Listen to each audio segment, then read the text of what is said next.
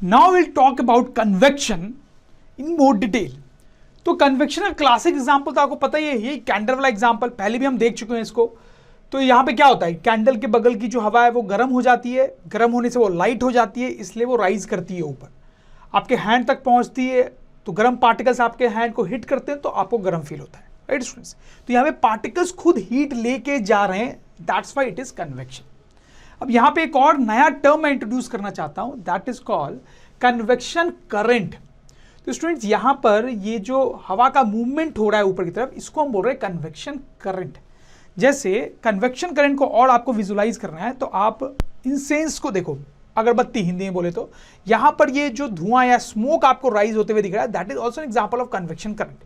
यहाँ पर भी कैंडल जैसा ही कुछ हो रहा है, अगर आप देखें तो यहाँ पर कैंडल में फ्लेम थोड़ी बड़ी होती है, यहाँ पे भी देखा जाए तो छोटे लेवल पे फायर ही जल रहा है, उसके कारण उसके बगल की हवा जो है वो गर्म होकर राइज होती है। हाँ, लेकिन उसके साथ क्या होता है कि जो ऐश प्रोड्यूस हो रहा है यहाँ पे अगरबत्ती के जलने से, वो भी गर्म हवा के साथ साथ ऊपर जाता है, जिसके कारण आपको जो पाथ है वो एकदम अच्छे से दिखाई देता है। तो that is also convection current and you can clearly see it there. और भी एग्जाम्पल्स आप देख सकते हैं कन्वेक्शन करंट के, जैसे सपोज करो यहाँ पे बीकर में वाटर गर्म किया जा रहा है, यहाँ पर भी कन्वेक्शन करंट आपको दिखाई नहीं दे रहा है पर इट इज देयर। देखो यहाँ पे वाटर कैसे गर्म होता है, वाटर की जो बॉटम लेयर है वो सबसे पहले गर्म होगी, because that is very close to the flame. अब देखो गर्म होने के बाद उसकी टेंडेंसी होती है ऊपर राइज करने की, क्योंकि वो लाइट हो जाता है, बिल्कुल वैसे जैसे यहाँ पे गर्म हवा ऊपर की तरफ राइज कर रही थी। तो ये जो हॉट वाटर है वो ऊपर की तरफ राइज करता है, फिर वो जगह को फिल करने के लिए क्या होगा, ऊपर से पानी नीचे आएगा, फिर वो गर्म होगा, फिर वो ऊपर जाएगा, उसको फिल करने के लिए पानी नीचे आएगा, और यही सिलसिला चलता रहता है कि वाटर जो है ऊपर जा रहा है, फिर नीचे आ रहा है, फिर गर्म होकर ऊपर जा रहा है, and this is going on. तो इस तरह से वाटर गर्म होता है, और यहाँ पे जो करंट डेवलप हुआ है इसको बोलते हैं कन्वेक्शन करंट। स्टूडेंट्स, करंट बोलने का मतलब है ये मूवमेंट ऑफ वाटर, यहाँ पे जो हीट ट्रांसफर में हेल्प कर रहा है, दैट इज कन्वेक्शन करंट। अब एक बड़ा इंटरेस्टिंग सा एग्जांपल देख सकते हैं कन्वेक्शन का। बर्ड्स फ्लाई करती है ना स्टूडेंट्स, तो वो कैसे फ्लाई करती हैं? देखा जाए तो उनको नीचे गिर जाना चाहिए, क्यों? क्योंकि उन पे तो नीचे mg फोर्स लगता है, वो mg फोर्स उसको नीचे पुल कर लेना चाहिए, लेकिन ऐसा होता नहीं है, दे कैन फ्लोट। तो ऐसा कैसे होता है? वो उनके विंग्स के कारण होता है। आप उनके विंग्स को देखो, विंग्स को वो फ्लैप कर रही है, तो विंग्स को जब वो फ्लैप करती है तो हवा को नीचे पुश करती है। हवा को नीचे वो पुश करती है तो न्यूटन्स थर्ड लॉ से हवा क्या करेगा? बर्ड ने अपने विंग से हवा को नीचे पुश किया तो न्यूटन्स थर्ड लॉ से हवा उसको ऊपर पुश करेगी, तो उसे ऊपर फोर्स लगता है, और ये जो फोर्स है वो mg फोर्स को बैलेंस कर देता है। ड्यू टू दिस बर्ड्स जो है वो नीचे नहीं गिरती है। समझ में आपको बात?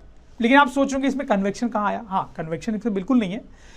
देखो, अब कहानी ऐसी है कि जनरली तो आपने बर्ड्स को ऐसे फ्लाई करते हुए देखा होगा, लेकिन कभी कभी आफ्टरनून के टाइम पे जब बहुत गर्मी होती है तो आपने देखा होगा कि बड़ी बर्ड्स जो होती हैं वो जस्ट इस तरीके से अपने विंग्स को एक्सटेंड करके फ्लोट करती रहती है हवा में। वो विंग्स को फ्लैप नहीं कर रही होती है, तब भी वो गिर नहीं रही होती है। यहाँ पर क्या चल रहा है? यहाँ पे तो वो फिजिक्स चल नहीं रही है जो अभी भी मैंने आपको बताई। तो देखो यहाँ पे क्या होता है, क्योंकि बहुत गर्मी का टाइम में ही ऐसा आप देखते हो, तो यहाँ पे क्या होता है कि नीचे ग्राउंड है, तो बहुत गर्मी है तो ग्राउंड बहुत गर्म हो जाता है, उसके कारण उसके जस्ट ऊपर वाली जो एयर है, ग्राउंड के जस्ट ऊपर वाली, वो भी गर्म हो जाती है। अब गर्म हवा की क्या टेंडेंसी होती है ये तो आपको पता ही है। तो ये गर्म हवा ऊपर की तरफ राइज करना शुरू करती है, तो ऊपर राइज कर रही है तो बर्ड्स अपनी विंग फैला के वहां पे वेट कर रही है, तो हवा उससे टकराती है और उससे टकराएगी, ऊपर जाती हुई हवा उससे टकराएगी, तो ऑब्वियसली उसके ऊपर की तरफ फोर्स लगेगा, और ये जो फोर्स है अब mg को बैलेंस कर देता है। समझ में आई बात स्टूडेंट्स? तो यहां पर ये जो हवा का मूवमेंट है ऊपर की तरफ, ये क्या है बेसिकली? ये एग्जाम्पल है कन्वेक्शन करंट का, राइट? जैसे कैंडल में हवा गर्म होकर ऊपर राइज हो रही थी, वैसा ही कुछ हो रहा है ना यहाँ पे। तो this is an example of convection current which you can see. तो हम कुछ और एग्जाम्पल्स भी देख सकते हैं, जैसे अगर आप समुद्र के किनारे जाते हो, चाहे वो दिन का टाइम हो या रात का टाइम हो, आपने शायद देखा होगा कि कुछ ना कुछ हवा चलती रहती है वहां पे। अगर आपने नोटिस नहीं किया है तो आप जाके देखो। तो क्यों चलती है मैं आपको बताता हूं। जैसे दिन की बात करते हैं, दिन के टाइम क्या होता है कि जो लैंड होती है वो हॉट हो जाती है, बहुत पानी उतना गर्म नहीं होता है, लैंड बहुत हॉट हो जाती है। तो आपको पता है उसके जस्ट ऊपर की हवा का क्या होगा, वो गर्म हो जाएगी। गर्म होकर आपको पता है क्या होगा, वो ऊपर की तरफ राइज करेगी, कन्वेक्शन करंट, राइट? ये ऊपर की तरफ राइज कर रही है तो कन्वेक्शन करंट। अच्छा, जब ये हवा ऊपर की तरफ राइज कर रही है स्टूडेंट्स, तो यहाँ पे वैक्यूम जैसा क्रिएट होगा, उसको फिल करने के लिए यहाँ की जो हवा है जो पानी के ऊपर है, वो उसको फिल करने के लिए इधर आएगी, राइट? तो वो इधर आई तो आप देखो हवा चली ना। तो दिन के टाइम समुद्र के किनारे अगर आप खड़े हो तो आपको फील होगा कि सी से लैंड की तरफ ब्रिज या हवा ब्लो करती है। I hope you understand this. रात के टाइम इसका उल्टा होता है। रात के टाइम क्या होता है कि वाटर जो होता है वो हॉट होता है, वो थोड़ा गर्म होता है कंपेयर टू लैंड। तो उसके ऊपर की हवा गर्म हो जाती है। गर्म होके क्या होगा आपको तो पता ही है, वो ऊपर की तरफ राइज करेगी तो क्या होगा आपको पता है, उसको फिल करने के लिए लैंड से हवा इधर की तरफ आएगी। I hope you get this. तो रात को क्या होता है, समुद्र के किनारे आप खड़े रहोगे तो आपको फील होगा कि लैंड से वाटर की तरफ विंड ब्लो करती है। तो स्टूडेंट्स, दिन के टाइम क्या होता है, वाटर से लैंड की तरफ विंड ब्लो करती है, और रात के टाइम क्या हो रहा है, लैंड से वाटर की तरफ विंड ब्लो कर रही है। क्यों कर रही है? Because of convection current. ऐसे और भी बहुत एग्जांपल्स हम देख सकते हैं। इनफैक्ट अर्थ पे ज्यादातर जो विंड्स ब्लो करती हैं उसके पीछे जो रीजन होता है वो कन्वेक्शन करंट ही होता है। जैसे मैं आपको एक और एग्जांपल देता हूं, जैसे अर्थ पे पोल से इक्वेटर की तरफ इस तरह से हवा ब्लो करती है, जिसको ट्रेड विंड्स भी बोलते हैं। इसके पीछे भी रीजन वही है। आप रीजन समझ रहे होंगे कि इक्वेटर के ऊपर जो हवा है वो तो बहुत गर्म हो जाएगी, क्योंकि इक्वेटर बहुत गर्म जगह होती है, तो वो हवा ऊपर की तरफ राइज करने लगती है। तो वहां पे जो स्पेस वैक्यूम जैसा क्रिएट हो रहा है उसको फिल करने के लिए पोल से हवा आती है। I hope you get this. Fine. तो कन्वेक्शन के कई सारे एग्जांपल्स हमने देखे। तो अब मैं आपको बताता हूं कि कन्वेक्शन भी जो है वो दो टाइप का होता है, एक होता है नेचुरल और एक होता है फोर्स्ड। तो अभी तक जो ज्यादा एग्जांपल्स हमने देखे हैं वो नेचुरल कन्वेक्शन के हैं। जैसे सी पे जो विंड्स ब्लो करती हैं वो नेचर में अपने आप यहाँ पे कन्वेक्शन करंट सेट हुआ हुआ है, अपने आप ये सब चल रहा है। So that is natural convection. फिर स्टूडेंट्स, ट्रेड विंड्स का एग्जांपल मैंने आपको दिया, ये भी नेचर में अपने आप हो रहा है, नेचुरल कन्वेक्शन है ये भी। फिर वो बर्ड्स वाला केस मैंने आपको बताया, वो भी नेचर में अपने आप हो रहा है। So that is natural convection. लेकिन फोर्स्ड कन्वेक्शन के एग्जांपल्स भी आप देख सकते हो। जैसे ये एयर ब्लोअर आपने देखा होगा स्टूडेंट्स, ये क्या करता है, विंटर्स के टाइप में हम जनरली इसको यूज करते हैं। ये गर्म हवा प्रोड्यूस करता है और गर्म हवा इससे बाहर आती है तो हमें गर्मी फील होती है, राइट। विंटर में हमें गर्मी की जरूरत होती है। Now this is example of forced convection. तो पहले तो आप ये समझो कि कन्वेक्शन है। क्यों कन्वेक्शन है? क्योंकि ये क्या करता है, ये गर्म पार्टिकल्स, हवा के गर्म पार्टिकल्स को प्रोजेक्ट करता है आगे की तरफ, फेंकता है आगे की तरफ। तो गर्म पार्टिकल्स आगे की तरफ आते हैं और आप तक पहुंचते हैं और हीट लेके आते हैं। तो पार्टिकल्स मूव करके आपके पास आए हीट लेके। So that is convection. क्यों फोर्स्ड कन्वेक्शन बोल रहा हूं मैं इसको? क्योंकि नेचर में अपने आप नहीं हो रहा है, ये आर्टिफिशियली करवाया जा रहा है थ्रू अ मशीन, राइट। ये मशीन है जो हमने बनाई है, उसके कारण ये हो रहा है। So this is forced convection. I hope you understand this. वैसे फोर्स्ड कन्वेक्शन का एक और एग्जांपल अगर आप देखें तो human heart, that is an example of forced convection. देखो स्टूडेंट्स, आपको पता होगा कि हमारी बॉडी में जो ब्लड है वो फ्लो करता रहता है, ठीक है। तो जब वो ब्लड फ्लो करता है तो वो अपने साथ हीट भी कैरी करता है। जैसे आप देखो, ये हार्ट पंप होता है जब, तो इसके कारण ब्लड जो है वो ऊपर की तरफ पंप होता है और नीचे की तरफ भी बॉडी में पंप होता है। और ये जो ब्लड जा रहा है वो हीट लेके भी जाता है अपने साथ, ऊपर भी हीट लेके भी जा रहा है और नीचे भी हीट लेके भी जा रहा है, राइट। तो यहां पे देखो, हीट लेके जा रहा है, प्लीज नोट, ब्लड हीट लेके जा रहा है, मतलब ये क्या है, कन्वेक्शन। ब्लड के पार्टिकल्स हीट को लेके जाने, तो this is definitely convection. And why it is forced convection? क्योंकि यहां पर एक मशीन लगी हुई है जो हार्ट बोली जाती है, जिसको हम हार्ट बोलते हैं, जो पंप कर रही है ब्लड को, फोर्स कर रही है ब्लड को ऊपर जाने के लिए और हीट ले जाने के लिए। So this is an example of forced convection. तो देखो, हीट ट्रांसफर के 3 मोड होते हैं, कंडक्शन, कन्वेक्शन और रेडिएशन। कंडक्शन और कन्वेक्शन अभी तक हमने देखा है, अब हम रेडिएशन देखना चाहते हैं। जैसे कंडक्शन का ये एक एग्जांपल हो गया, रॉड हीट हो रही है। कन्वेक्शन का एग्जांपल हो गया कैंडल के थ्रू। अच्छा, रेडिएशन का एक एग्जांपल मैं आपको देता हूं। रेडिएशन का बेस्ट एग्जांपल है कि अर्थ तक सन से हीट आती है ना, राइट। ये एक्चुअली रेडिएशन का एग्जांपल है। लेकिन पहले आप सोच के देखो कि ये कंडक्शन या कन्वेक्शन क्यों नहीं है। देखो, कंडक्शन और कन्वेक्शन में एक बड़ी इंपॉर्टेंट बात होती है, शायद आपने ध्यान दिया हो या ना दिया हो। जैसे ये कंडक्शन का एग्जांपल देखो, इसमें हीट ट्रांसफर कैसे हो रहा है।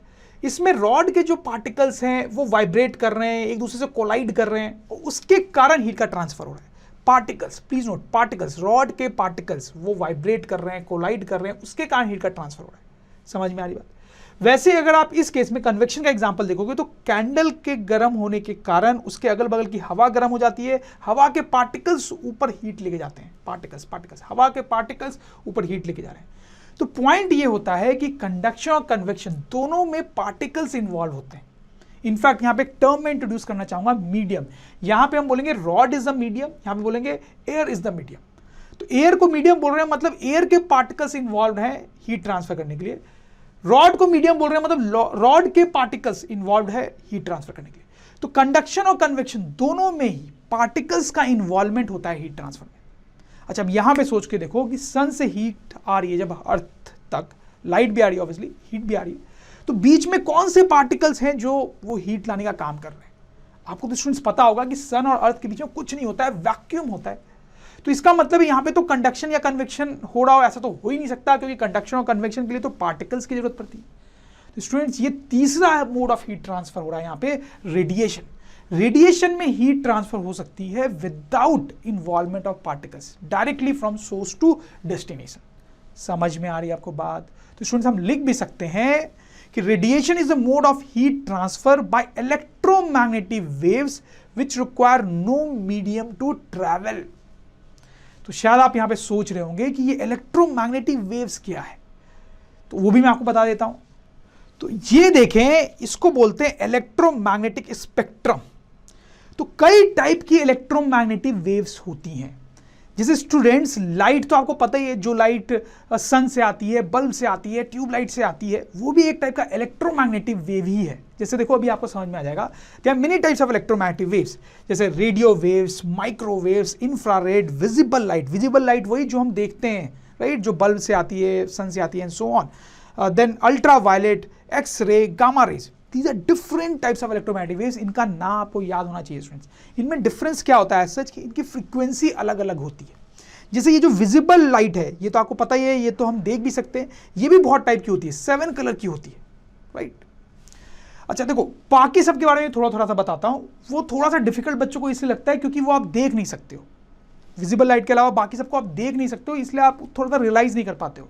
लेकिन ये सब भी हमारे आसपास होती हैं। जैसे अगर मैं रेडियो वेव की बात करूँ, तो इसको अंदर डालें, तो आपके मोबाइल फोन से रेडियो वेव्स निकलती है। स्टूडेंट्स, जब आप किसी को फोन करते हो ना मोबाइल फोन से, तो आपके मोबाइल फोन से रेडियो वेव्स निकलती हैं और वो पास से किसी मोबाइल टावर तक जाती है। समझ में आ रही बात? वो रेडियो वेव्स दिखाई नहीं देती है, बट ऐसा होता है। और वैसे ही जब आपका फोन रिंग होता है, तो मतलब आपको किसी ने कॉल किया, तो पास से किसी टावर से रेडियो वेव्स निकल के आपके मोबाइल तक पहुंचती है। और जब मोबाइल तक वो रेडियो वेव्स पहुंचती है, तो मोबाइल को समझ में आता है अच्छा कोई कॉल आया, तो वो बजना चालू होता है।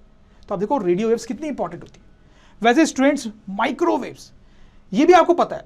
माइक्रोवेव ओवन तो आपको पता ही होगा ना स्टूडेंट्स, उसमें खाना पकाया जाता है, तो उसमें एक्चुअली माइक्रोवेव्स निकलते हैं और वो माइक्रोवेव्स फूड को कुक करते हैं। फाइन। फिर अगर मैं बात करूं इंफ्रारेड की, तो स्टूडेंट्स, टीवी का जो रिमोट होता है उससे इंफ्रारेड रेज निकलती हैं। जैसे आप टीवी का रिमोट जब दबाते हो तो चैनल चेंज होता है ना टीवी पे, तो टीवी को कैसे पता चला कि आपने रिमोट दबाया? तो जब आप रिमोट का कोई बटन दबाते हो तो उससे इंफ्रारेड रेज निकलती हैं जो दिखाई नहीं देती हैं, और वो ट्रैवल होकर टीवी तक जाती हैं। तो टीवी को पता चलता है अच्छा आपने रिमोट दबाया तो चैनल चेंज होता है। समझ में आई बात आपको स्टूडेंट्स? विजिबल रेज तो आपको पता ही है students. Then next is ultra violet rays. तो स्टूडेंट्स, आपने सुना होगा कि सन से हार्मफुल अल्ट्रा वायलेट रेज आती हैं जो हमारे स्किन के लिए अच्छी नहीं होती है, जिससे हमें बहुत सारी स्किन डिजीजेज हो सकती हैं। तो ये है अल्ट्रा वायलेट रेज। फिर स्टूडेंट्स, एक्सरे, ये तो आपने सुना होगा, मेडिकल पर्पज में इसका बहुत यूज होता है। जैसे आप कई बार डॉक्टर के पास जाते हैं, आपको चोट वोट लग जाती है, तो डॉक्टर आपको एक मशीन के अंदर डालता है इस तरीके से, इस मशीन से कुछ रेज निकलती हैं जो एक्सरेज होती हैं, और उसके कारण इस टाइप की रिपोर्ट निकल के आती है। आपने देखा होगा इस टाइप की रिपोर्ट, तो एक्सरे से निकल के आती है। हालांकि ये एक्सरेज भी आपको दिखाई नहीं देती है। फिर आती है गामा रेज। इनका भी मेडिकल में बहुत यूज होता है, बहुत सारी डिजीजेस को क्योर करने के लिए उनका यूज किया जाता है। तो स्टूडेंट, समझ में आई आपको बात? These are different type of electromagnetic waves. Light is one of them. You can think of electromagnetic waves as something like light. तो रेडिएशन का सबसे अच्छा एग्जांपल तो वही है जो मैं आपको बताया कि सन से अर्थ तक हीट आती है। तो देखो, सन से अर्थ तक लाइट भी आती है, आपको पता है। इनफैक्ट सन से अर्थ तक सारी टाइप की इलेक्ट्रोमैग्नेटिक वेव्स आती हैं जो मैंने आपको अभी बताया। हाँ, वो दिखाई नहीं देती हैं क्योंकि वो तो दिखाई दे ही नहीं सकती है, सिर्फ लाइट हमें दिखाई देती है। और ये सारी इलेक्ट्रोमैग्नेटिक वेव्स जब अर्थ तक आती हैं तो वो अपने साथ हीट भी लेके आती है। तो इलेक्ट्रोमैग्नेटिक वेव्स को ट्रैवल करने के लिए किसी मीडियम या पार्टिकल की जरूरत नहीं होती है, वो वैक्यूम से भी ट्रैवल कर सकती हैं, ठीक है, और वो अपने साथ हीट को लेके आ सकती है। और स्टूडेंट्स, यही सिर्फ एक एग्जाम्पल नहीं है। Sun is not the only thing जिससे हीट हमें मिलती है थ्रू रेडिएशन। और भी बहुत सारे एग्जाम्पल्स हैं। जैसे आप देखो, यहाँ पे ये फायर अगर जल रहा है, तो इसके ऊपर अगर आप हाथ रखो तो आपको पता है कि हवा गर्म होकर ऊपर उठती है और आपको कन्वेक्शन के कारण हीट मिलती है। अगर आप कोई रॉड आप इस तरह से लगा के इसमें इधर कर लो और इसको पकड़ के रखो, तो आपको जो हीट मिल रही है वो कंडक्शन के कारण मिल रही है। क्योंकि रॉड से हीट कंडक्ट हो रही है। लेकिन स्टूडेंट्स अगर आप सिंपली इधर हाथ रखो साइड में तो भी आपको गर्मी फील होती है। वो क्यों फील होती है? वो रेडिएशन के कारण फील होती है। तो होता क्या कि ये जो फायर है वो इलेक्ट्रोमैग्नेटिक वेव्स रेडिएट कर रहा है हर डायरेक्शन में एक्चुअली में, और उस इलेक्ट्रोमैग्नेटिक वेव्स के साथ हीट भी जा रही है। तो यही इलेक्ट्रोमैग्नेटिक वेव्स जब आपके हैंड तक आ रहे हैं तो साथ में हीट लेके आ रहे हैं, ठीक है, इसलिए आपको गर्मी फील होती है। So you are receiving heat in this case through radiation. वैसे स्टूडेंट्स कोई नॉर्मल सा आप बल्ब ही ले लो ना, रूम में आप बैठे हो यहाँ पे चेयर पे, तो आपको बल्ब की थोड़ी थोड़ी सी गर्मी फील होती है ना, क्यों स्टूडेंट्स? सोचो, क्या वो कंडक्शन या कन्वेक्शन के कारण हो रही है? क्या यहां से यहां तक जो हीट आ रही है वो कंडक्शन के कारण हो रही है? हो ही नहीं सकता, क्योंकि कंडक्शन होने के लिए तो एक कंडक्टर चाहिए होता है, बीच में हवा है जो कि एक इंसुलेटर है। तो कंडक्शन के कारण तो आपको हीट मिल ही नहीं रही है। क्या कन्वेक्शन के कारण मिल रही है? नो, कन्वेक्शन के कारण हीट का फ्लो ऊपर होता है, ऐसे नीचे नहीं होता है, तो कन्वेक्शन भी नहीं है। तो यहां पे भी क्या हो रहा है, ये जो बल्ब आप देख रहे हो इससे सिर्फ लाइट नहीं निकल रही, इससे सारे टाइप के इलेक्ट्रोमैग्नेटिक वेव्स निकल रही है। लाइट भी निकल रही है, obviously light is also type of electromagnetic wave, और वो इलेक्ट्रोमैग्नेटिक वेव्स हीट भी लेके आप तक पहुंच रही है। तो स्टूडेंट आपको समझ में आई बात? तो इस तरह से बहुत सारे एग्जांपल्स ऑफ रेडिएशन हमारे आसपास हैं जो हम देख सकते हैं।